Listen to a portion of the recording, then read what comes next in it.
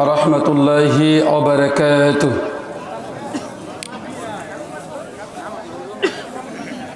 الحمد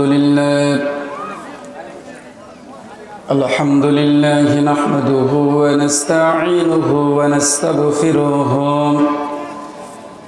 ونعوذ بالله من شرور أنفسنا ومن سيئات أعمالنا. من يهده الله فلا مضل له ومن يضلل فلا هادي له.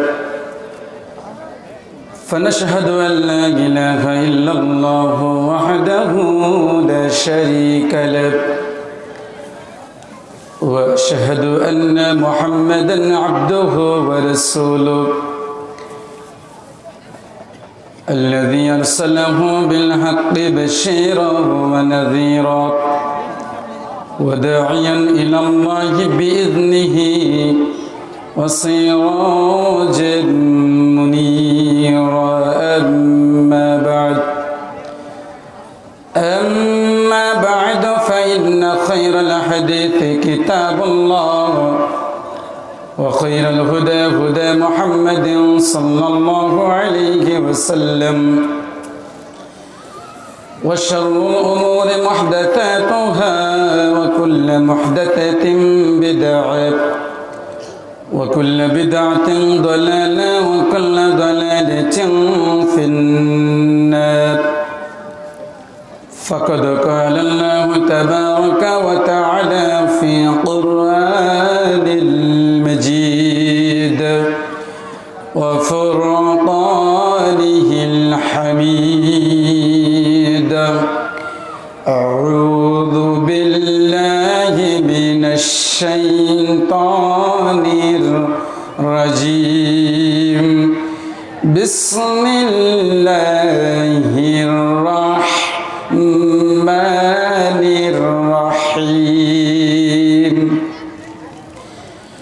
قال ربي إني وهن العظم مني واشتعل الرأس شيبا ولم أكن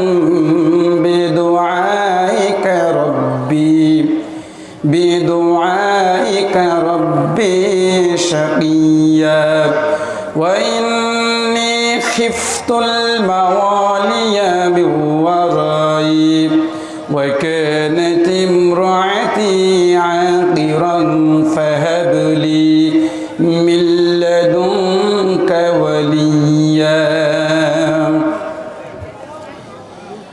عن أبي هريرة رضي الله تعالى عنه قال: قال رسول الله صلى الله عليه وسلم: قال تنكح المرأة لأربع: لمالها ولحسبها ولجمالها ولدينها فاظفر بذات الدين تربت يدك. متفق عليه. عن عبد الله بن عمرو رضي الله تعالى عنه قال: قال رسول الله صلى الله عليه وسلم: إن الدنيا كلها متاع وخير متاع الدنيا المرأة الصالحة. متفق عليه. الحمد لله. আজকের ইসলামী সম্মেলনের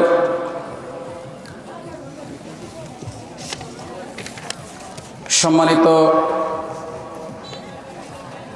প্রধান অতিথি জনাব মোহাম্মদ সালাউদ্দিন ভূঁইয়া সাহেব, আজকের এই ইসলামী সম্মেলনের সম্মানিত সভাপতি শেখ মোহাম্মদ নজরুল ইসলাম রাজ, আজকের এই ইসলামী মহাসম্মেলনের প্রধান আকর্ষণ শেখ ডক্টর ইমামউদ্দিন বিন বাসির হাফিজাহুল্লাহ,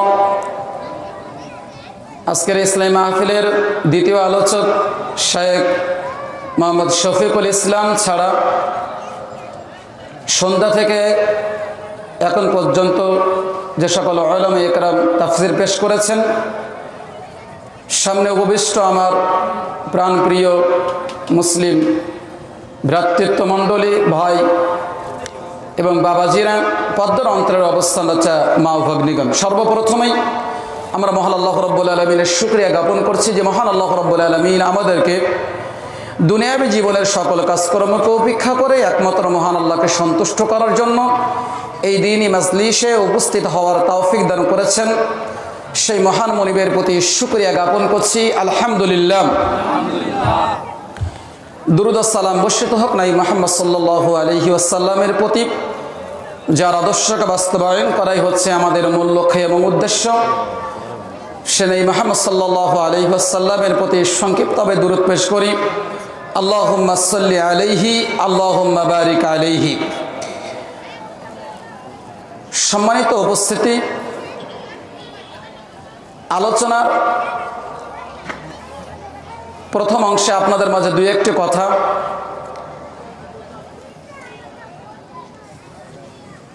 তার মধ্যে প্রথমত কথা হচ্ছে পেলডানের বাহিরে যারা এখন এদিকে সেদিকে ঘোরাফেরা করছেন, যারা দোকানে এখনো বসে আছেন, আপনাদেরকে উদাত্ত আহ্বান জানাচ্ছি, আপনারা প্যান্ডেলের ভিতরে এসে কিছু দিনী কথা শ্রবণ করার চেষ্টা করুন। আশা করা যায় দিনী কথা শ্রবণের মাধ্যমে আপনি উপকৃত হবেন ইনশাআল্লাহ। এজন্য আপনাদের উদাত্ত আহ্বান জানাচ্ছি, আপনারা দ্রুত প্যান্ডেলের ভিতরে এসে বসার চেষ্টা করুন। তো আজকের সংক্ষিপ্ত সময়ে আজকের দিনই বৈঠকে আমার বক্তব্যের বিষয় আদর্শ পরিবার। আদর্শ পরিবার গঠনের উপায় উল্লেখিত বিষয়টিকে সামনে রেখে সংক্ষিপ্ত সময়ে এক তথ্যবহুল সংক্ষিপ্ত আলোচনা বিবরণের চেষ্টা করব ইনশাআল্লাহুল আজিজ। সম্মানিত উপস্থিতি, সন্তান সন্ততি আল্লাহ সুবহানাহু ওয়া তাআলার পক্ষ থেকে পিতামাতার জন্য এক অতুল্য নিয়ামত। সন্তান সন্ততির মাধ্যমে পিতামাতা পার্থিব জীবনে সুখ ও সৌন্দর্য উপভোগ করতে পারে। সন্তান সন্ততি যদি সৎ হয়, সন্তান সন্ততি যদি নেককার হয়, পরেজগার হয়, তখন মানুষ বলে যে অমুকের ছেলেটা খুবই ভদ্র, অমুকের ছেলেটা একজন আলেম হয়েছে, সে দ্বীনের খেদমত করছে। যখন সে মানুষের সাথে কথা বলে উত্তম বাক্যের মাধ্যমে কথা বলে, যখন সে মানুষের সাথে কথা বলে উত্তম আচরণ বা ব্যবহারের মাধ্যমে সে কথা বলার চেষ্টা করে। এ কথাগুলো যখন বলে তখন পিতা হিসেবে মা হিসেবে আপনার মুখটা উজ্জ্বল হচ্ছে। পিতা হিসেবে মা হিসেবে মানুষের নিকটে আপনি প্রশংসা পাচ্ছেন, বাহবা পাচ্ছেন। ঠিক একইভাবে এর বিপরীত দিকটা যদি আমরা দেখি, সন্তান সন্ততি যদি অসৎ হয়, সন্তান সন্ততি যদি খারাপ কোনো অপকর্ম করে, খারাপ কোনো কাজকর্ম করে ফেলে, তখন মানুষ বলে যে অমুকের ছেলেটা খুবই অভদ্র, এই অন্যায় অপকর্মটা করে ফেলেছে। তখন পিতা হিসেবে মা হিসেবে আপনার মুখটা কি হচ্ছে? মানুষের সামনে মলিন হচ্ছে, মানুষের নিকটে আপনি অপমান বোধ করছেন, লাঞ্ছিত হচ্ছেন, লজ্জিত হচ্ছেন। তাহলে সন্তান সন্ততি যদি সৎ হয়, নেককার হয়, তাহলে পিতা হিসেবে মা হিসেবে আপনার জন্য কল্যাণ। আবার যদি অসৎ হয় তাহলে এটা আপনার জন্য অকল্যাণ বয়ে আনে। এটাই আল্লাহ তাআলা পবিত্র কুরআনুল কারীম সূরাতুল কাহাফ 15 নং পারা 17 নং পৃষ্ঠার 46 নম্বর আয়াতে আল্লাহ তাআলা তুলে ধরেছেন। আল্লাহ সুবহানাহু ওয়া তাআলা বলছেন, আউযু বিল্লাহি মিনাশ শাইতানির রাজীম, আল মালু ওয়াল বানুন জিনাতুল হায়াতিদ দুনিয়া। পৃথিবীর মানুষ তোমরা শোনো, অর্থ সম্পদ, টাকা পয়সা এবং সন্তান সন্ততি পার্থিব জীবনে, দুনিয়াবী জীবনে তোমাদের জন্য শোভা, এর মধ্যে তোমাদের জন্য কল্যাণ নিহিত রয়েছে। আবার আল্লাহ তাআলা এর বিপরীতে সূরা আনফাল 9 নং পারা 19 নং পৃষ্ঠার 28 নম্বর আয়াতে আল্লাহ বলছেন, ওয়া'লামু আন্নামা আমওয়ালুকুম ওয়া আওলাদুকুম ফিতনাহ। যে অর্থ সম্পদ, টাকা পয়সা এবং সন্তান সন্ততি পার্থিব জীবনে তোমাদের জন্য ওয়াকল্যাণ, এর মধ্যে ফিতনা রয়েছে। তাহলে আল্লাহ তাআলা একটা আয়াতে পজিটিভ আর একটা আয়াত নেগেটিভ, একটা ভালোর দিক আর একটা খারাপ দিক আল্লাহ তাআলা অত্র দুটি আয়াতে তুলে ধরেছেন। এখন এই দুইটা আয়াতকে সামনে রেখে আপনি সচেতন মুসলিম যদি আপনি বিশ্লেষণ করেন, তাহলে আমরা বিষয়টা স্পষ্ট হয়ে যাবে, ক্লিয়ার হয়ে যাবে যে আল্লাহ তাআলা দুটি আয়াতে দুটি কথা বলেছেন, দুই কথাই ঠিক।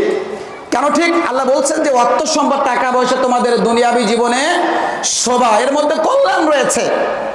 এখন আপনার আল্লাহ তাআলা অর্থ সম্পদ দিয়েছেন, টাকা পয়সা দিয়েছেন, এটা যদি আপনি সৎ পথে ব্যয় করেন, সমাজে যারা দুস্থ গরিব রয়েছে, অসহায় ব্যক্তি রয়েছে, যারা খেতে পারে না, পড়তে পারে না, তাদেরকে যদি আপনি সাহায্য সহযোগিতা করেন ভাইজান, তাহলে মানুষের নিকটে আপনি যেমন দোয়া পাচ্ছেন, প্রশংসা পাচ্ছেন, ঠিক তদ্রূপ এই অসহায় ব্যক্তিদেরকে সাহায্য সহযোগিতা করার কারণে, আপনি মসজিদ মাদ্রাসায় দান সাদাকা করার কারণে, সমাজ কল্যাণমূলক কাজ করার কারণে আপনি পরকালে পুরস্কৃত পাবেন ইনশাআল্লাহ। এবং যদি অর্থ সম্পদ আপনি আবার খারাপ পথে ব্যয় করেন, অসৎ পথে ব্যয় করেন, তাহলে এই অপকর্ম, এই অর্থ সম্পদের কারণে, খারাপ পথে ব্যয় করার কারণে আপনাকে মানুষের নিকটে অপমানিত হতে হবে, আবার পরকালে আপনাকে কঠিন শাস্তির সম্মুখীন হতে হবে। এই জন্য আল্লাহ তাআলা বলছেন যে সম্পদ তোমাদের দুনিয়াবী জীবনে যেমন কল্যাণ, আবার এই সম্পদ যদি অসৎ পথে ব্যয় করা হয়, অপকর্মের কাজে, খারাপ কাজে ব্যয় করা হয়, তাহলে এই সম্পদ আপনার আমার জন্য দুনিয়াবী জীবনে অকল্যাণ বয়ে আনবে। এটাই আল্লাহ তাআলা অত্র আয়াতে বোঝাতে চাইলেন। ঠিক একইভাবে সন্তান সন্ততি যদি সৎ হয়, নেককার হয়, পরেজগার হয়, আপনি দুনিয়াবী জীবনে আপনার জন্য কল্যাণ বয়ে আনবে এই সন্তানেরা। আবার যদি এই সন্তান সন্ততি অসৎ হয়, খারাপ কোনো অপকর্ম করে ফেলে ভাইজান, তাহলে এই সন্তান সন্ততির অপকর্মের কারণে দুনিয়াবী জীবনে আপনার জন্য এই সন্তানেরা অকল্যাণ বয়ে আনবে। এটাই আল্লাহ তাআলা অত্র দুটি আয়াতে তিনি তুলে ধরেছেন। সম্মানিত উপস্থিতি, দেখুন, প্রত্যেকটা পিতামাতারই কামনা থাকে যে আমার সন্তান একজন দুনিয়াবী জীবনে আদর্শ সন্তান হিসাবে সমাজের বুকে বেড়ে উঠুক, সমাজের বুকে প্রতিষ্ঠিত হোক। যে পিতা চুরি করে, যে পিতা ডাকাতি করে, যে পিতা সুদ ঘুষ খায়, যে পিতা মানুষের জমি জায়গা আত্মসাৎ করে, ওই পিতাও চায় না যে আমার সন্তান বড় হয়ে আমার মতো চোর হোক। যে পিতা ডাকাতি করে, ওই পিতাও চায় না আমার সন্তান বড় হয়ে আমার মতো ডাকাতি করুক। যে পিতা সুদ ঘুষ খায়, সে পিতাও চায় না আমার সন্তান আমার মতো সুদখোর হোক, ঘুষখোর হোক। যে পিতা দুনিয়াবী জীবনে আত্মসাৎ করে, মানুষের জমি জায়গা মেরে দেয়, মানুষের জমি জায়গা আত্মসাৎ করে, অন্যায়ভাবে দখল করে, ওই পিতাও চায় না যে আমার সন্তান দুনিয়াবী জীবনে আমার মতো এরকম আত্মসাৎকারী হোক। প্রত্যেকটা পিতামাতারই কামনা থাকে যে আমার সন্তান একজন দুনিয়াবী জীবনে আদর্শবান সন্তান হিসাবে প্রতিষ্ঠিত হোক, বেড়ে উঠুক। আর এটার যদি আপনি আমি বাস্তবায়ন করতে চাই, তাহলে সর্বপ্রথম আপনার সন্তানের জন্য একজন উত্তম মা নির্বাচন করতে হবে। অর্থাৎ আপনাকে একজন পুণ্যবতী রমণীকেই স্ত্রী রূপে গ্রহণ করতে হবে। আর ইসলাম পুণ্যবতী নারীকে বিবাহ করার জন্য ইসলামে নির্দেশনা এসেছে, তাগিদ দিয়েছে। ইসলাম এমন নারীকে বিবাহ করার জন্য নির্দেশ দিয়েছে যে নারী আকীদা বুঝে, যে নারী তাওহীদ বুঝে, যে নারী শিরক বুঝে, যে নারী বিদআত বুঝে, যে নারী কুসংস্কার বুঝে, যে নারী শিক্ষার গুণে অলংকৃতা, এমন নারীকে ভাইজান আপনাকে বিবাহ বন্ধনে আবদ্ধ হতে হবে, বিবাহ করতে হবে। দুঃখজনক সত্য এই, আজকের আপনি আমি নেক্সট সন্তান পেতে চাই, কিন্তু এমন নারীকে স্ত্রী রূপে গ্রহণ করছি।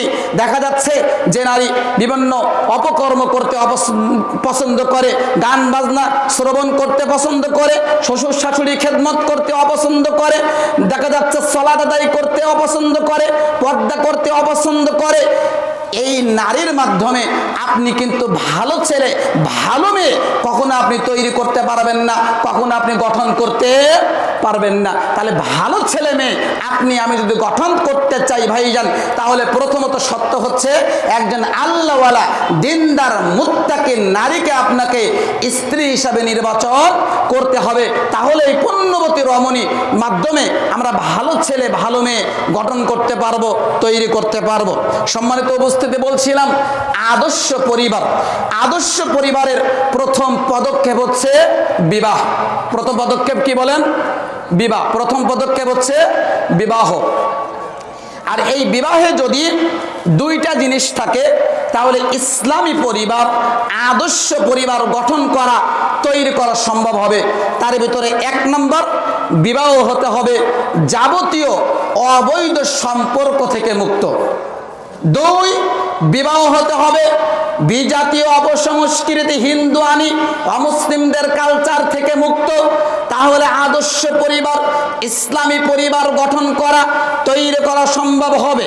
যারা যুবক ভাই রয়েছেন তাদের উদ্দেশ্য করে বলছে, একটু শ্রবণ করুন। আল্লাহ নবী সাল্লাল্লাহু আলাইহি ওয়াসাল্লাম সহিহুল বুখারী হাদিস নম্বর 5090, সহিহ মুসলিম 1666, সহিহ নাসাই 3030, মিশকাতুল মাসাবি গ্রন্থের 3082 নম্বর হাদিসের ভিতরে আল্লাহ নবী সাল্লাল্লাহু আলাইহি ওয়াসাল্লাম বলছেন, ক্বালা তুনকাহুল মারআতু লিআরবাইন, মানুষের নেচার, মানুষের স্বভাব হচ্ছে তারা 4টি বিষয় দেখে নারীদেরকে বিবাহ করে। আল্লাহ নবী বলছেন মানুষের নেচার, মানুষের চরিত্র হচ্ছে মূলত তারা 4টি বিষয় দেখে নারীদেরকে বিবাহ করে। এক, লিমালিহা, মানুষ তার অর্থ সম্পদ দেখে। লিমালিহা, মানুষ তার অর্থ সম্পদ দেখে। ওয়ালি হাসাবিহা, মানুষ তার বংশমর্যাদা দেখে। 3, ওয়ালি জামালিহা, মানুষ তার সৌন্দর্যতারিতা দেখে। 4, ওয়ালি দীনিহা, মানুষ তার দিনদারিতা দেখে। কিন্তু আল্লাহ নবী বলছেন ফাজফার বিযাতিদ দ্বীন, তোমরা বিবাহের ক্ষেত্রে দিনদার আল্লাহওয়ালা চরিত্রবত নারীকেই স্ত্রী হিসাবে গ্রহণ করো। যদি তোমরা বিবাহের ক্ষেত্রে দিনদার আল্লাহওয়ালা নারীকে নির্বাচন না করো, তারিবাত ইয়াদাকা, তাহলে তোমরা ক্ষতিগ্রস্তের অন্তর্ভুক্ত হয়ে যাবে। তাহলে অত্তর হাদিসে আল্লাহ নবী সাল্লাল্লাহু আলাইহি সাল্লাম বিবাহের ক্ষেত্রে দিনদার আল্লাহওয়ালা নারীকে বিবাহ করার জন্য তিনি নির্দেশনা দিয়েছেন। এখন যারা এই হাদিসটাকে সামনে রেখে পেশ করে বলতে চাচ্ছেন যে ইসলাম 4টি গুণ দেখে নারীদেরকে বিবাহ করতে বলেছে, তারা মূলত হাদিসের সারমর্ম বুঝেন নাই। আল্লাহ নবী সাল্লাল্লাহু আলাইহি সাল্লাম অত্র হাদিসে 4টি গুণ দেখে নারীকে বিবাহ করার কথা বলে নাই, বরং আল্লাহ নবী সাল্লাল্লাহু আলাইহি সাল্লাম অত্র হাদিসে একটা গুণ দেখেই নারীকে বিবাহ করতে বলেছেন। সেই গুণটা হচ্ছে আল্লাহওয়ালা নারী, মুত্তাকি নারী।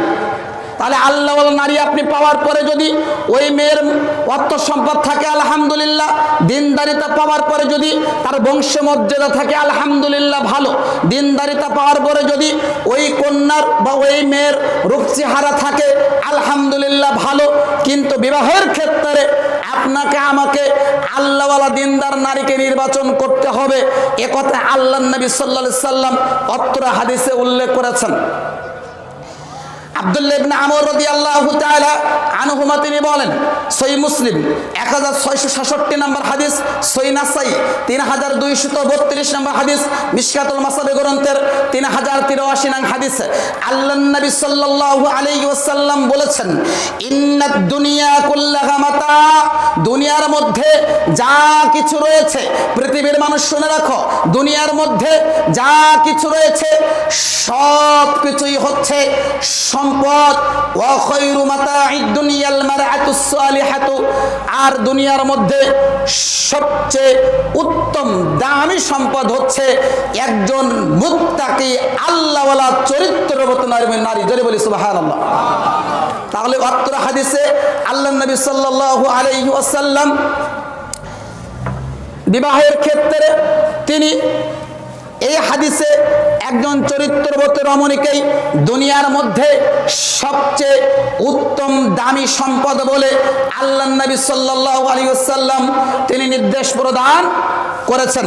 যদি আজকের বর্তমান প্রেক্ষাপটে বর্তমান সমাজে এক শ্রেণীর নারীবাদীরা তারা বলতে চাচ্ছেন ইসলাম নাকি নারীদের কোনো মর্যাদা দেয়নি, ইসলাম নাকি নারীদের কোনো আপনার পাওয়ার দেয়নি, ইসলাম নাকি নারীদের অধিকার হরণ করেছে, ইসলাম নাকি নারীদের অধিকার নষ্ট করেছে।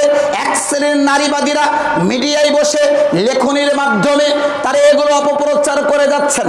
অথচ ইসলাম মনে রাখার চেষ্টা করবেন, ইসলাম নারীদেরকে এত মর্যাদা দিয়েছে, ইসলাম নারীদেরকে এত সম্মান দিয়েছে, অন্য কোনো ধর্ম, অন্য কোনো গ্রন্থ, অন্য কোনো মতবাদ, অন্য কোনো আদর্শ সেটা দিতে পারে নাই। মূলত ইসলামই একমাত্র নারীদেরকে যথা উপযুক্ত মর্যাদা প্রদান করেছে। আর মর্যাদার মধ্যে একটা অন্যতম মর্যাদা ইসলাম নারীদেরকে দিয়েছে। যে এই হাদিস আল্লাহ নবী বলছেন যে দুনিয়ার মধ্যে যত সম্পদ রয়েছে, দুনিয়ার মধ্যে যত সম্পদ রয়েছে তার মধ্যে সবচেয়ে দামি সম্পদ হচ্ছে একজন আল্লাহওয়ালা, একজন দিনদার মুত্তাকি নমরী। সুবহানাল্লাহ। সম্মানিত উপস্থিতি, আল্লাহ রাব্বুল আলামিনের নিকটে একজন আল্লাহওয়ালা দিনদার নারীর মর্যাদা কত একটু আপনাদেরকে বলি। প্রখ্যাত সাহাবী আবু হুরায়রা রাদিয়াল্লাহু তাআলা আনহুমা তিনি বলেন, সহিহ বুখারী হাদিস নাম্বার 3820, আল্লাহ নবী সাল্লাল্লাহু আলাইহি সাল্লাম একদিন হেরা গুহায় বসে রয়েছেন। আল্লাহ নবী সাল্লাল্লাহু আলাইহি সাল্লামের নিকটে জিবরিল আমিন আসলেন। জিবরিল আমিন এসে আল্লাহ নবী সাল্লাল্লাহু আলাইহি সাল্লামকে বলছিলেন, আল্লাহ নবী, ওই যে খাদিজা রাদিয়াল্লাহু তাআলা আনহা আপনার স্ত্রী, তিনি আপনার নিকটে আসছেন একটা পাত্র হাতে নিয়ে, যে পাত্রের মধ্যে কিছু খাদ্য রয়েছে, যে পাত্রের মধ্যে কিছু তরকারি রয়েছে। তো খাদিজা রাদিয়াল্লাহু তাআলা আনহা যখন আপনার নিকটে আসবে তখন আপনি তাকে বলবেন যে খাদিজা, আল্লাহ রাব্বুল আলামিন তোমাকে সালাম জানিয়েছেন। সুবহানাল্লাহ। জিবরিল আমিন বলছেন, আল্লাহ নবী শোনেন শোনেন, খাদিজা রাদিয়াল্লাহু যখন আপনার নিকটে আসবে একথা আপনি আবার বলবেন যে খাদিজা শোনো, জিবরিল আমিনও তোমাকে সালাম দিয়েছেন। এবং খাদিজা রাদিয়াল্লাহু যখন আসবে তখন আপনি তাকে বলবেন যে আল্লাহ তাআলা জিবরিল আমিনের মাধ্যমে তোমার জন্য জান্নাতের মধ্যে আল্লাহ তাআলা একটা মণিমুক্তা খচিত প্রাসাদের ব্যবস্থা আল্লাহ তাআলা তৈরি করে রেখেছেন। সুবহানাল্লাহ। যে জান্নাতের মধ্যে কোনো হই হল্লো নেই, যে জান্নাতের মধ্যে কোনো প্রকারের দুঃখ কষ্টের কোনো কেরেশ নাই। আল্লাহু আকবার। সম্মানিত উপস্থিতি, আপনি দেখেন তো এই হাদিসটাকে একটু অনুধাবন করার চেষ্টা করেন তো। মুসলিম দিনী বৈঠকের মুসলিম বোন, আপনাকে বলতে চাচ্ছিলাম, এই হাদিসে দেখেন খাদিজা রাদিয়াল্লাহু তাআলা আনহা তিনি কতটা তাকওয়াশীল নারী, কতটা আল্লাহওয়ালা নারী, কতটা মুত্তাকি নারী হলে স্বয়ং আল্লাহ তাকে সালাম দিচ্ছেন, স্বয়ং জিবরিল আমিন তাকে সালাম দিচ্ছেন। এমনকি দুনিয়া থেকেই আল্লাহ তাআলা তার জন্য জান্নাতের মধ্যে একটা মণিমুক্তা খচিত প্রাসাদ আল্লাহ তৈরি করে রেখেছেন। সেই প্রাসাদের সুসংবাদ আল্লাহ জানিয়ে দিচ্ছেন। আল্লাহু আকবার। তাহলে একজন মুত্তাকি নারীর মর্যাদা আল্লাহর নিকটে কত, এই হাদিসের আলোকে বোঝা যায়। আর একটা ঘটনা আপনাদেরকে বলি। ইব্রাহিম আলাইহিস সালাতু ওয়াস সালাম এবং তার স্ত্রী সারা আলাইহিস সালাতু ওয়াস সালাম যখন খাদ্য সংকটের কারণে ফিলিস্তিন থেকে যখন মিশরে যাচ্ছিলেন, ফিলিস্তিন থেকে যখন তারা মিশরে যাচ্ছিলেন, প্রতিমধ্যে মিশরের জালিম বাদশা সারা আলাইহিস সালাতু ওয়াস সালামকে দেখে মুগ্ধ হয়ে গেলেন, তার সাথে খারাপ কাজ করার মন স্থির করলেন। তখন সারা আলাইহিস সালাতু ওয়াস সালাম বিপদে পড়ে গিয়ে তিনি বললেন, আমাকে একটু সময় দিন, আমি আমার মহান রবের সাথে একটু কথা বলবো। তখন তিনি উত্তম রূপে উজু করলেন, উত্তম রূপে উজু করে তিনি সালাতে দাঁড়িয়ে গেলেন। ভাইজান, তাহলে বিপদে পড়লে কি করতে হয়? সালাতে দাঁড়াতে হয়। একথা আমরা ঠিকই জানি বা এটা আমরা মানার কিন্তু চেষ্টা করি না। যখনই আমি বিপদে পড়ে যাই বা আমার ছেলেটা অসুস্থ হয়ে যায়, আমার মেয়েটা অসুস্থ হয়ে যায়, আমার স্ত্রী অসুস্থ হয়ে যায়, আমার পিতামাতার মধ্যে কেউ অসুস্থ হয়ে যায়, তখন আমরা দেখা যাচ্ছে এদিকে সেদিকে ছোটাছুটি করি। ভাইজান, কার কাছে গেলে একটু সাহায্য সহযোগিতা পাওয়া যাবে, কার কাছে গেলে একটু সাহায্য সহযোগিতা পাওয়া যাবে, এটা আমরা ছোটাছুটি করি। অথচ সারা আলাইহিস সালাতু ওয়াস সালাম বিপদে পড়ে তিনি কাকে ডেকেছেন? আল্লাহকে ডেকেছেন, সালাতে দাঁড়িয়ে গিয়েছেন। তাহলে বিপদে যখনই আপনি পড়বেন সর্বপ্রথম আপনার আমার কাজ হবে সালাতে দাঁড়ানো। বিপদে পড়েছেন, আল্লাহকে আপনি আগে বলেন, আল্লাহ আমার ছেলেটা অসুস্থ, আমার মেয়েটা অসুস্থ, আমার স্ত্রীটা অসুস্থ, কিছু টাকা পয়সার প্রয়োজন, আল্লাহ আপনি কিছু টাকা পয়সার ব্যবস্থা আপনি করে দেন, আমার সন্তানকে আপনি সুস্থ করে দেন, আমার স্ত্রীকে আপনি সুস্থ করে দেন। এভাবে যখন আপনি দোয়া করবেন, উপরে যদি এই দোয়াটা কবুল হয়ে যায় যায়, আপনার সন্তান এমনিতেই স্বাভাবিকভাবে ঠিক হয়ে যাবে, আপনার স্ত্রী এমনিতেই ঠিক হয়ে যাবে। কিন্তু উপরে যদি কবুল না হয়, তাহলে আপনি দুনিয়াতে এদিকে সেদিকে যতই ছোটাছুটি করেন না কেন ভাইজান, আপনার স্ত্রীকে আপনি বাঁচাতে পারবেন না, আপনার সন্তানকে আপনি বাঁচাতে পারবেন না। এজন্য আপনাদেরকে বলতে চাচ্ছিলাম, বিপদে পড়লেই সর্বপ্রথম আপনি আল্লাহকে বলেন, তারপরে আপনি যার কাছে সাহায্য সহযোগিতা পাওয়া যাবে গেলে তার কাছে আপনি একটু সাহায্য সহযোগিতার জন্য আপনি যেতে পারেন। সম্মানিত উপস্থিতি, তো সারা আলাইহিস সালাতু ওয়াস সালাম বিপদে পড়ে তিনি আল্লাহকে ডাকলেন সালাতের মাধ্যমে। সালাত শেষ করলেন, বলছেন, আল্লাহ আপনি তো জানেন আমি আমার স্বামীর আমানতের কখনো খেয়ানত করিনি। আল্লাহ তুমি তো জানো আমি আমার স্বামীর আমানত কখনো খেয়ানত করিনি। সুতরাং এই কঠিন পরিস্থিতিতে তুমি আমাদেরকে উদ্ধার করো। আল্লাহ তাআলা সারা আলাইহিস সালাতু ওয়াস সালামের দোয়া সাথে সাথে কবুল করলেন। ওই জালিম বাদশার দুই হাত এবং দুই পাকে আল্লাহ তাআলা অবশ করে দিলেন। জয় বলি সুবহানাল্লাহ। তাহলে এই দুটি ঘটনার বিবরণে আমরা বুঝতে পারছি যে আদর্শবান নারীর মর্যাদা কত আল্লাহর নিকটে এই ঘটনার বিবরণে আমরা উপলব্ধি করতে পারছি। সম্মানিত উপস্থিতি, তো বলতে চাচ্ছিলাম বিবাহের ক্ষেত্রে আপনাকে আমাকে একজন পুণ্যবতী রমণীকে স্ত্রী হিসাবে গ্রহণ করতে হবে। সুতরাং বিবাহে যদি দুইটা জিনিস থাকে, তাহলে আদর্শ পরিবার, ইসলামী পরিবার গঠন করা, তৈরি করা সম্ভব হবে। তার ভিতরে এক নম্বর বলছিলাম আমরা, বিবাহ হতে হবে যাবতীয় অবৈধ সম্পর্ক থেকে মুক্ত, তাহলে আদর্শ পরিবার গঠন করা, তৈরি করা সম্ভব হবে।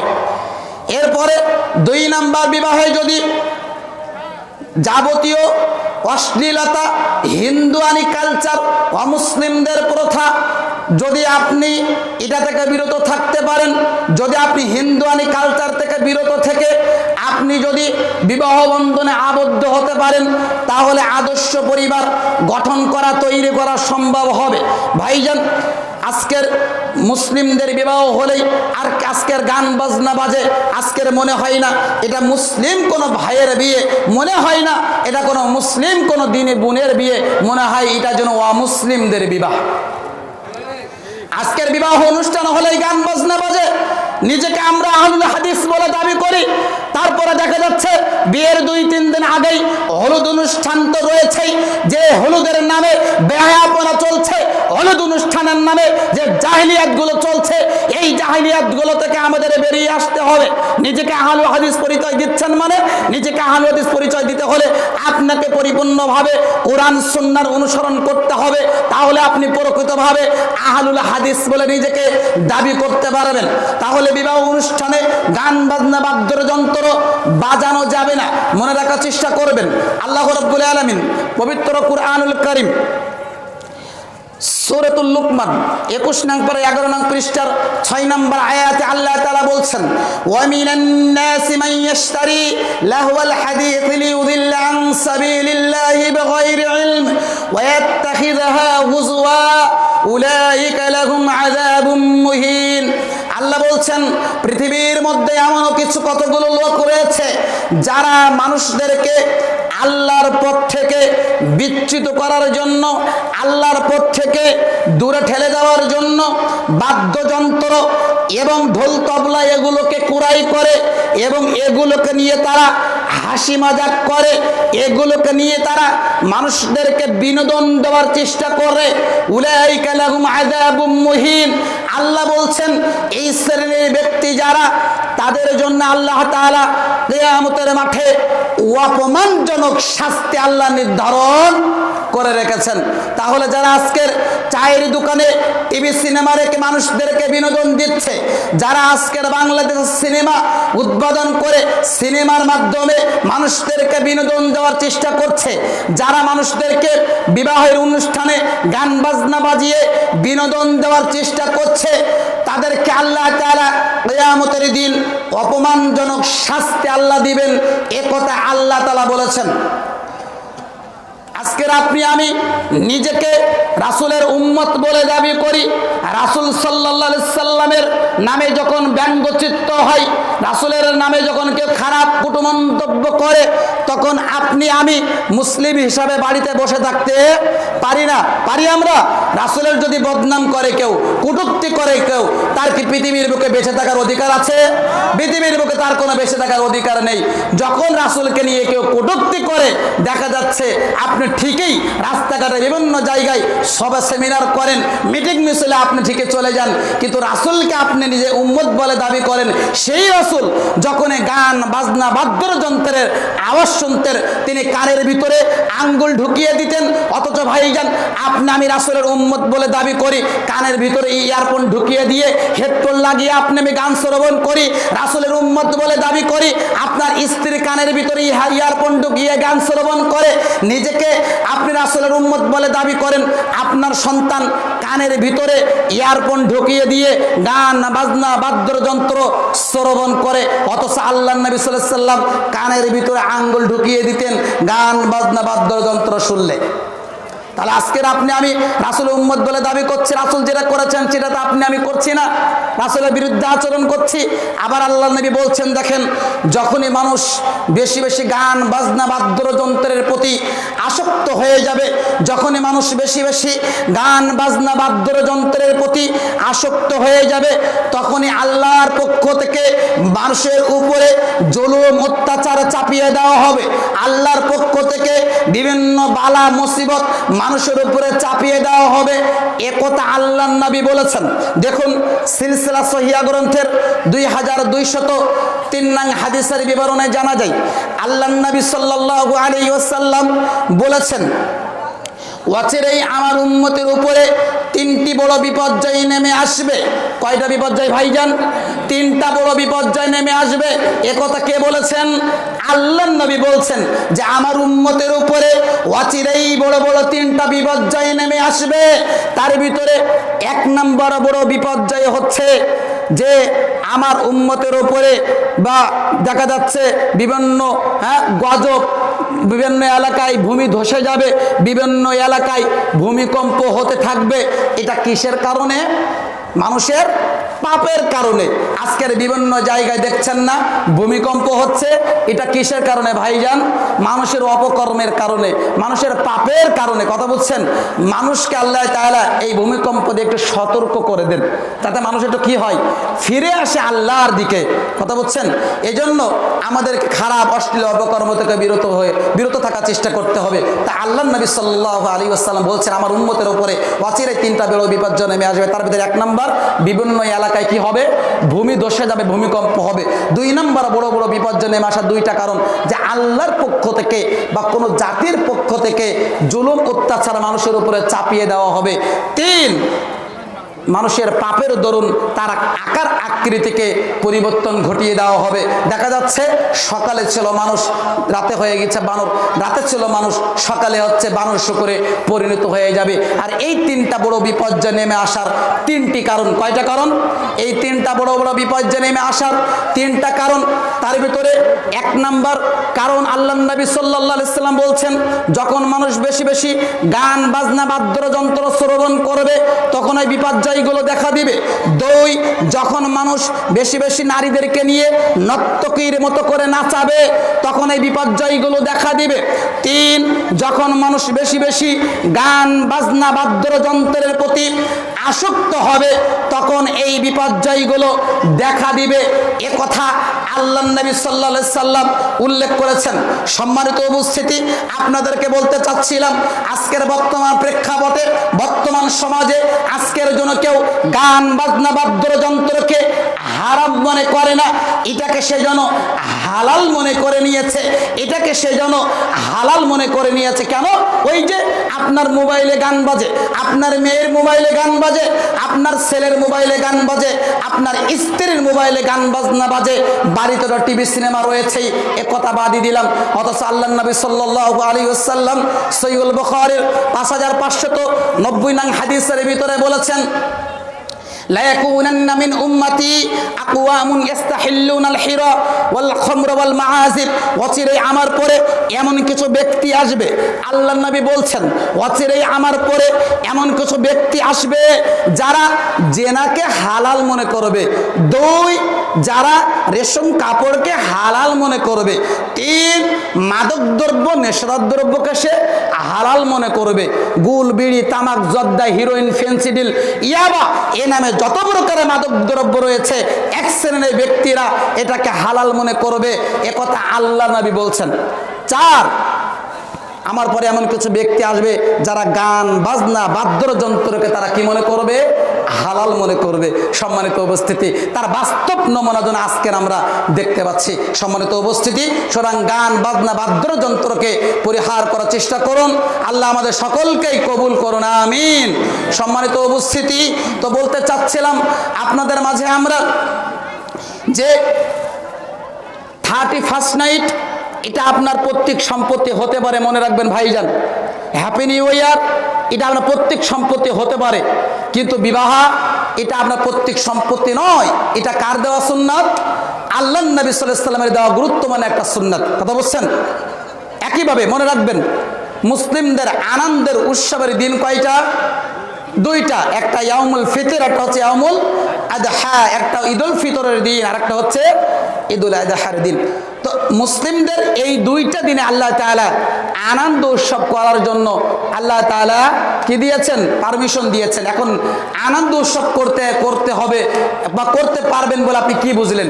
এই দিনে গান বাজনা বাদ্যযন্ত্রকে বাজাবেন না। বিনোদনমূলক ইসলামী যেগুলোকে জায়েজ বলেছে সেগুলো আপনি বিনোদনমূলক, সেগুলো আপনি ঈদের দিনে আপনি করতে পারেন। ইসলাম যেটাকে জায়েজ করেছে, কিন্তু যেটা হারাম করেছে সেটা আপনি আমি করতে পারি না। তাহলে আমি যদি 2 ঈদের দিনে গান বাজনা বাজাই, বাদ্যযন্ত্র বাজাই, তাহলে পাপ হবে 2টা। কয়টা পাপ হবে? 2টা। কেন? 1 নম্বর, আল্লাহর দেওয়া দিনকে আপনি গান বাজনা বাজিয়ে অমূল্যায়ন করেছেন, এজন্য একটা গুনাহ। 2, আপনি গান বাজিয়েছেন, এজন্য আরেকটা গুনাহ। ঠিক তদ্রূপ বিবাহের দিনে যদি আপনি গান বাজনা বাজান তাহলে পাপ হবে 2টা। কেন? আল্লাহর নবী সাল্লাল্লাহু আলাইহি ওয়াসাল্লামের দেওয়া গুরুত্বপূর্ণ একটা বিবাহের মতো অনুষ্ঠানকে আপনি গান বাজিয়ে কি করেছেন? অপমান করেছেন, অমূল্যায়ন করেছেন, এজন্য একটা গুনাহ। আর গান বাজনা বাজিয়েছেন, এজন্য আরো একটা গুনাহ। এরকম আজকের আমাদের সমাজে অসংখ্য অপসংস্কৃতি আমাদের সমাজে বিবাহ কেন্দ্রিক চলছে। আজকের আমাদের সমাজে বিবাহকে কেন্দ্র করে কত যে অনুষ্ঠান চলছে তা মানুষের ধারণার বাহিরে, তা মানুষের কল্পনার বাহিরে। অথচ মনে রাখার চেষ্টা করবেন ভাইজান, যে সমাজে বিবাহ যত কঠিন সেই সমাজে জেনা তত সহজ। মনে রাখবেন, যে সমাজে বিবাহ যত কঠিন সেই সমাজে জেনা তত সহজ। আজকের আমাদের সমাজে আজকে আমরা দেখতে পাচ্ছি। সুতরাং সমাজে যারা মুরব্বিয়ান রয়েছেন তাদেরকেও দাওয়াত আহ্বান জানাচ্ছি, বিবাহকে আপনি সহজ করে দেওয়ার চেষ্টা করুন। দেখুন, বিবাহ যতটা সহজ ইবাদত, সালাত আদায় করাও তো কিন্তু ততটা সহজ ইবাদত নয়। বিবাহ করা যতটা সহজ ইবাদত, সালাত আদায় করা ততটা সহজ ইবাদত নয়। কেন? সালাত আদায় করার ক্ষেত্রে প্রথমত আপনাকে পবিত্রতা অর্জন করা জানতে হয়। যদি আপনি পবিত্রতা না জানেন বা পবিত্রতা যদি আপনি অর্জন না করেন, আপনার সালাত কবুল হবে? সালাত হবে? সালাত হবে না। আল্লাহ নবী সাল্লাল্লাহু আলাইহি সাল্লাম সিলসিলা সহিহ গ্রন্থের 643 নং হাদিসের ভিতরে স্পষ্ট হয়ে বলেছেন, সালাতের সওয়াব, সালাতের নেকি 3 ভাগে বিভক্ত। কয় ভাগে বিভক্ত? 3 ভাগে বিভক্ত। 1 রুকুর মাধ্যমে, 2 সিজদার মাধ্যমে, 3 আপনার রুকুর মাধ্যমে, সিজদার মাধ্যমে, আর একটা হচ্ছে পবিত্রতা অর্জনের মাধ্যমে। 3টার কথা আল্লাহ বলেছেন। আর এই 3টা যদি কারো ঠিক থাকে তাহলে তার সালাত গৃহীত হবে, তার সালাত কবুল করা হবে। কিন্তু কোনো ব্যক্তির যদি পবিত্রতার ত্রুটি থেকে যায়, কোনো ব্যক্তির যদি রুকুই ত্রুটি থেকে যায়, কোনো ব্যক্তির যদি সেজদাতে ত্রুটি থেকে যায়, তাহলে তার সালাত কবুল হবে না ভাইজান। এজন্য আপনাকে আমাকে রাসূল সাল্লাল্লাহু আলাইহি ওয়াসাল্লাম যেভাবে করে পবিত্রতা অর্জন করেছেন, যেভাবে করে আল্লাহর নবী সাল্লাল্লাহু আলাইহি ওয়াসাল্লাম পবিত্রতা অর্জন করেছেন, আমাদেরকে পবিত্রতা অর্জন করার শিক্ষা দিয়েছেন, সেভাবে করেই আমাদেরকে পবিত্রতা অর্জন করতে হবে। এরপর আপনি পবিত্রতা অর্জন করলেন, আপনাকে তাকবীরাত তাহরিমা বলে বুকে হাত বাঁধতে হয়। বুকে হাত বেঁধে আপনি কি পড়বেন? সানা পাঠ করবেন। সানা পাঠ করে আপনাকে জানতে হবে, সূরা ফাতিহা পাঠ করা জানতে হবে, অন্য একটা সূরা পাঠ করা জানতে হবে ভাইজান। রুকুতে আপনি কি দোয়া পড়বেন? এটা আপনাকে জানতে হবে। সিজদাতে কি দোয়া পড়বেন জানতে হবে, দুই সিজদার মাঝখানে কি দোয়া পড়বেন এটা জানতে হবে। এছাড়া শেষ বৈঠকে আপনি কোন তাসবিহগুলো কোন দোয়াগুলো পড়বেন আপনাকে জানতে হবে। তাহলে সালাত যতটা কঠিন ইবাদত, বিবাহ ততটা কঠিন ইবাদত নয়। সুতরাং সমাজের যারা মুরব্বিয়ান আছেন তাদেরকে বলতে চাচ্ছি আপনি বিবাহকে সহজ করে দেওয়ার চেষ্টা করুন। তো আমরা বলতে চাচ্ছিলাম বিবাহে যদি দুইটা জিনিস থাকে তাহলে আদর্শ পরিবার, ইসলামী পরিবার গঠন করা, তৈরি করা সম্ভব হবে ইনশাল্লাহ। এক, বিবাহ হতে হবে যাবতীয় অবৈধ সম্পর্ক থেকে মুক্ত। দুই, বিবাহ হতে হবে যাবতীয় অপসংস্কৃতি, বেহায়াপনা, বেলাল্লাপনা থেকে মুক্ত। তাহলেই ইসলামী পরিবার, আদর্শ পরিবার গঠন করা, তৈরি করা সম্ভব হবে ইনশাআল্লাহ।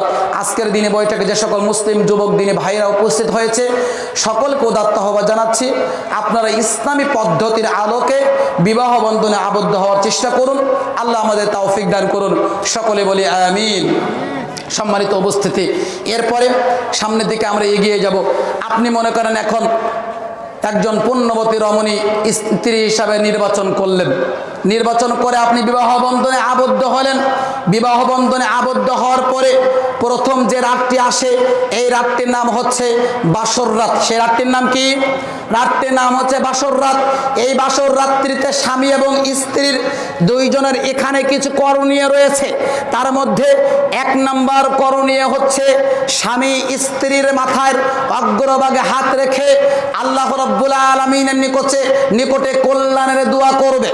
আল্লাহর নবী সাল্লাল্লাহু আলাইহি ওয়াসাল্লাম সহিহ আবু দাউদের 2160 নং হাদিসের ভিতরে বলেছেন, যখন কোনো ব্যক্তি বিবাহ বন্ধনে আবদ্ধ হবে, যখন তার স্ত্রীর নিকটে যাবে, তখন সে যেন স্ত্রীর মাথার অগ্রভাগে হাত রেখে এই দোয়াটি বলে, আল্লাহুম্মা ইন্নী আসআলুকা খায়রাহা ওয়া খায়রা মা ফিহা ওয়া খায়রা মা জাবালতা আলাইহি ওয়া আউযু বিকা মিন শাররিহা ওয়া শাররা মা জাবালতাকা আলাইহি। হে আল্লাহ, আপনি আমাকে যে স্ত্রী দান করেছেন, এই স্ত্রীর মধ্যে আপনি যে কল্যাণ দিয়ে তাকে সৃষ্টি করেছেন, সেই কল্যাণ আমি আপনার নিকটে কামনা করছি। আপনি আমার স্ত্রীকে যে অকল্যাণ দিয়ে সৃষ্টি করেছেন, সেই অকল্যাণের অনিষ্ট থেকে আমি পানাহা চাচ্ছি। এভাবে করে স্বামী স্ত্রীর মাথার অগ্রভাগে হাত রেখে এই দোয়াটা পাঠ করার চেষ্টা করবে। এরপরে দুই নাম্বার কাজ হচ্ছে স্বামী এবং স্ত্রী দুইজনে মিলে তারা 2 রাকাত সালাত আদায় করতে হবে। স্বামী সামনে, স্ত্রী তার পিছনে দাঁড়িয়ে সালাত আদায় করবে। আমাদের সমাজে দেখা যায় স্বামী স্ত্রী পাশাপাশি দাঁড়িয়ে সালাত আদায় করে, এটা চলবে না। স্বামী সামনে থাকবে, স্ত্রী তার পিছনে থাকবে, একথাই আল্লাহর নবী সাল্লাল্লাহু আলাইহি ওয়াসাল্লাম উল্লেখ করেছেন। এরপরে আমরা দেখব যে একটা লক্ষ্য এবং উদ্দেশ্য নিয়ে আপনাকে আমাকে করতে হবে, সাংসারিক জীবনে যেতে হবে। এখানে লক্ষ্য উদ্দেশ্য থাকতে হবে দুইটা। কয়টা ভাইজান? দুইটা লক্ষ্য উদ্দেশ্য থাকতে হবে। তার ভিতরে 1 নম্বর লক্ষ্য উদ্দেশ্য থাকতে হবে সৎ প্রজন্ম উপহার দেওয়া। এই যে সামনে ছোট্ট ছোট সোনামণিরা রয়েছে, ছোটাছুটি করছে, এই ছোট্ট ছোট্ট বাচ্চারা সোনামণিরা আগামী দিনের ভবিষ্যৎ। এরাই যদি সৎ হয়, এরাই যদি নেককার হয়, এরাই যদি পরেশগার হয়, দেখ তাহলে এই সমাজ পরিবর্তন হয়ে যাবে। এই ঘুণে ধরার সমাজ পরিবর্তন হবে। এই সমাজ, এই রাষ্ট্র, এই দেশ সোনার সমাজে পরিণত হবে। তাহলে 1 নম্বর লক্ষ্য উদ্দেশ্য থাকতে হবে ভাইজান, সৎ প্রজন্ম উপহার দেব আমরা। 2 নম্বর লক্ষ্য উদ্দেশ্য থাকতে হবে এই সৎ প্রজন্ম যারা হচ্ছে এদেরকে নিয়ে আমরা একসাথে জান্নাতে যাব। এই জান্নাতে যাওয়ার জন্য যে নেক আমলগুলো করা প্রয়োজন, সেই নেক আমলগুলো আমরা করার মাধ্যমে আমরা জীবনযাপন করব। তাহলে লক্ষ্য উদ্দেশ্য 2টার কথা আমরা জানলাম ভাইজান। এরপরে আপনাদের সাংসারিক জীবন চলছে 1 মাস, 2 মাস, 5 মাস, 1 বছর, 2 বছর সাংসারিক জীবন চলছে। আপনি স্বামী হিসাবে, আপনি স্ত্রী হিসাবে, আপনাদের দুইজনের এবার এখানে কিছু করণীয় রয়েছে। করণীয় হচ্ছে রাত দিন আপনাকে আল্লাহ রাব্বুল আলামিনের নিকটে নেক সন্তানের জন্য দোয়া করতে হবে, ভালো সন্তান পাওয়ার জন্য দোয়া করতে হবে। বলতে হবে, আল্লাহ আমাদের এই সাংসারিক জীবনের মাধ্যমে এমন অনেক সন্তান দান করুন যে সন্তানের মাধ্যমে আমাদের চক্ষু শীতল হয়ে যায়। এমন সন্তান দান করিয়েন না যে সন্তানের মাধ্যমে আমাদের মানুষের নিকটে অপমানিত হতে হয়, লাঞ্ছিত হতে হয়, অবদস্তের শিকার হতে হয়।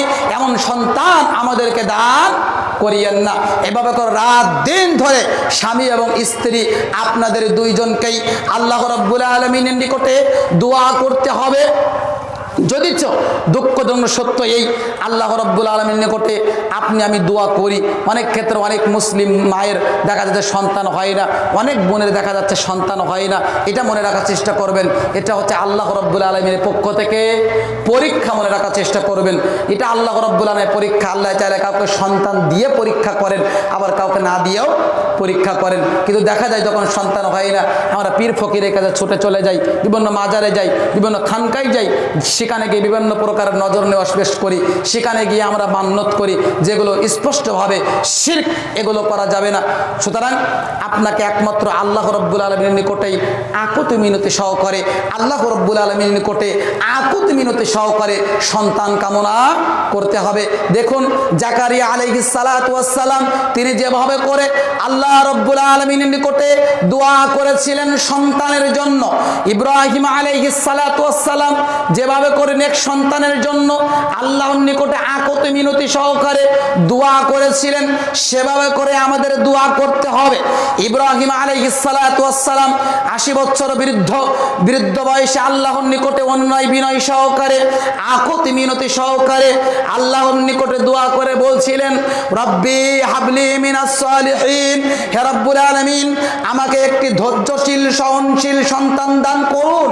আল্লাহ রাব্বুল আলামিনের নিকটে এমনভাবে দোয়া করলেন যে দোয়ার বদৌলতে আল্লাহ রাব্বুল আলামিন বলছেন, ফাবাশশারনাহু বিগুলামিন হালিম, আমি ইব্রাহিমকে ডাক দিয়ে বলে, ইব্রাহিম আমি তোমাকে একটি ধৈর্যশীল সহনশীল পুত্রের সুসংবাদ জানিয়ে দিলাম। সুবহানাল্লাহ। একইভাবে জাকারিয়া আলাইহিস সালাতু ওয়াস সালাম তিনি কিভাবে করে অনুনয় বিনয় সহকারে দোয়া করেছিলেন দেখেন। যেটা সূরা মারিয়ামের 4 এবং 5 নম্বর আয়াতে আল্লাহ বলছেন, قال ربي إني وهن العظم مني واشتعل الرأس شيبا ولم أكن بدعائك ربي شقيا। জাকারিয়া আলাইহিস সালাতু ওয়াস সালাম বলছিলেন, হে মহান রব, বার্ধক্যের কারণে, বয়স বেশি হয়ে যাওয়ার কারণে আমার চুলগুলো সাদা হয়ে গেছে, বার্ধক্যের কারণে। ইন্না লিল্লাহি ওয়া ইন্না ইলাইহি রাজিউন।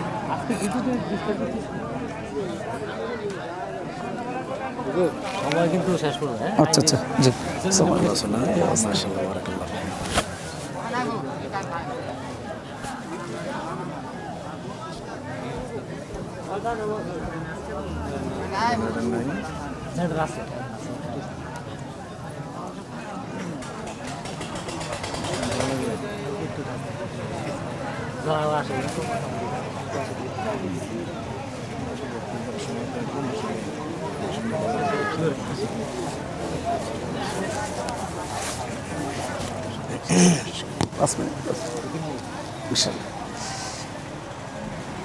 সম্মানিত উপস্থিত, বলতে চাচ্ছিলাম তো জাকারিয়া আলাইহিস সালাতু ওয়াস সালাম বার্ধক্য উপনীত হয়ে তিনি বৃদ্ধ বয়সে আল্লাহ রাব্বুল আলামিনের নিকটে কি করলেন?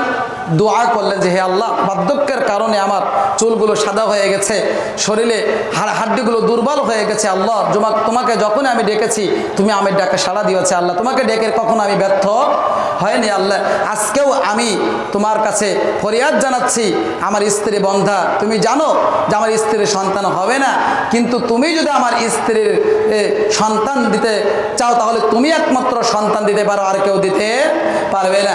যখন আল্লাহ রাব্বুল আলামিন অনুনয় বিনয় সহকারে দোয়া করলেন, আল্লাহ তার দোয়া কবুল করে নিলেন। শুধু দোয়া কবুল করলেন না, বরং আল্লাহ তাআলা জাকারিয়া আলাইহিস সালামকে ডেকে বলছেন, ইয়া জাকারিয়া ইন্না নুবাশশিরুকা বিগুলাম ইসমুহু ইয়াহইয়া লাম নাজআল লাহু মিন ক্বাবলু সামিয়্যা। জাকারিয়া আলাইহিস সালামকে আল্লাহ তাআলা ডেকে বলছেন, হে জাকারিয়া তুমি শোনো, তোমাকে আমি আল্লাহ তাআলা একটা পুত্রের সুসংবাদ দিলাম, যার নাম হবে ইয়াহইয়া, লাম নাজআল লাহু মিন ক্বাবলু সামিয়া, আর এই নামে আমি আল্লাহ তাআলা কাউকে ইতিপূর্বে নামকরণ করি নাই। সুবহানাল্লাহি ওয়া বিহামদি সুবহানাল্লাহিল আযীম। তাহলে জাকারিয়া আলাইহিস সালাতু ওয়াস সালাম, ইব্রাহিম আলাইহিস সালাতু ওয়াস সালাম যেভাবে করে অনুনয় বিনয় সহকারে দোয়া করেছিলেন, সেভাবে করে আপনাকে আমাকে অনুনয় বিনয় সহকারে নেক সন্তান পাওয়ার জন্য আল্লাহর নিকটে দোয়া করতে হবে। এবার নেক সন্তান আল্লাহর দোয়ার বদলতে আপনার স্ত্রীর গর্ভে সন্তান এলো, স্ত্রীর গর্ভে সন্তান আসা থেকে নিয়ে সন্তান ডেলিভারি হওয়ার আগ পর্যন্ত এই যে দীর্ঘ 9-10 মাস একটা দীর্ঘ সময়, এই সময়ে আপনার স্ত্রীর এখানে করণীয় হচ্ছে কোনো প্রকারের সন্তান যখন পেটে গিয়েছে কোনো প্রকারের অশ্লীল অপকর্ম খারাপ অন্যায় কোনো কাজ করা যাবে না। যাবতীয় অন্যায় অপকর্ম থেকে আপনার স্ত্রীকে বিরত থাকতে হবে। মুসলিম দিনী বৈঠকের মুসলিম মা, আপনাকে বলতে চাচ্ছিলাম, আপনার গর্ভে যখন সন্তান গেল, আপনার জন্য না হলেও অন্ততপক্ষে আপনার এই সোনামণির জন্য, আপনার এই বাচ্চাটির জন্য যাবতীয় অশ্লীল খারাপ পাপাচার করা থেকে বিরত থাকতে হবে। কেননা আপনার এই খারাপ কাজের প্রভাব সন্তানের উপরে পড়বে। কি এই জন্য সন্তান যখন গর্ভে যাবে, পেটে যাবে, তখন আপনার করণীয় হচ্ছে বেশি বেশি করে তাসবিহ তাহলিল করা, জিকির আজগার করা, বেশি বেশি করে কুরআনুল কারীম তেলাওয়াত করা, যাতে করে সন্তানের উপরে এই ভালো নেক আমলগুলো কি হয় তার উপরে প্রভাব পড়ে, যাতে করে সন্তান যখন পৃথিবীতে আসবে আশা করা যায় সন্তান আদর্শবান সন্তান হিসেবে প্রতিষ্ঠিত হবে ইনশাআল্লাহ। সম্মানিত উপস্থিতি, কথা অনেক ছিল, সময় স্বল্পতার কারণে আমরা কথা আর আগাতে পারছি না। এরপরে আদর্শ পরিবারের দ্বিতীয় পদক্ষেপ ছিল যে সন্তান এবার পৃথিবীতে আসলো, সন্তান পৃথিবীতে আসার পরে পিতামাতার কিছু করণীয় থাকে, কিছু কাজ থাকে। 7ম দিন পর্যন্ত এখানে এই 5টি কাজ করতে হয়। তার ভিতরে 1 নম্বর আজান দিতে হয়, তার কানে আজানের বাক্য পৌঁছাতে হয়। 2 নম্বর তাহানিক করাতে হয়। 3 নম্বর সুন্দর নাম রাখতে হয়। 4 নম্বর আকিকা করাতে হয়। 5 নম্বর মাথার চুল কামিয়ে চুলের ওজন পরিমাণ রূপা সাদাকা করতে হয়। এরকম কিছু করণীয় রয়েছে। এছাড়া আপনার আরও 4-5টা পয়েন্ট রয়েছে আদর্শ সন্তান গড়ে তুলতে হলে। আল্লাহ রাব্বুল আলামিন যদি কবুল করেন, অন্য সময় আমরা এই বিষয়ে বিস্তারিত আলোচনা করব। আল্লাহ রাব্বুল আলামিনের কাছে দোয়া করছি, আল্লাহ আজকে যে বিষয়ে আলোচনা করলাম বিষয়গুলোকে সকল মুসলিম দিনী ভাই বোনদেরকে আমল করা তৌফিক তুমি দান করো। আল্লাহুম্মা আমিন। আল্লাহ আমাদের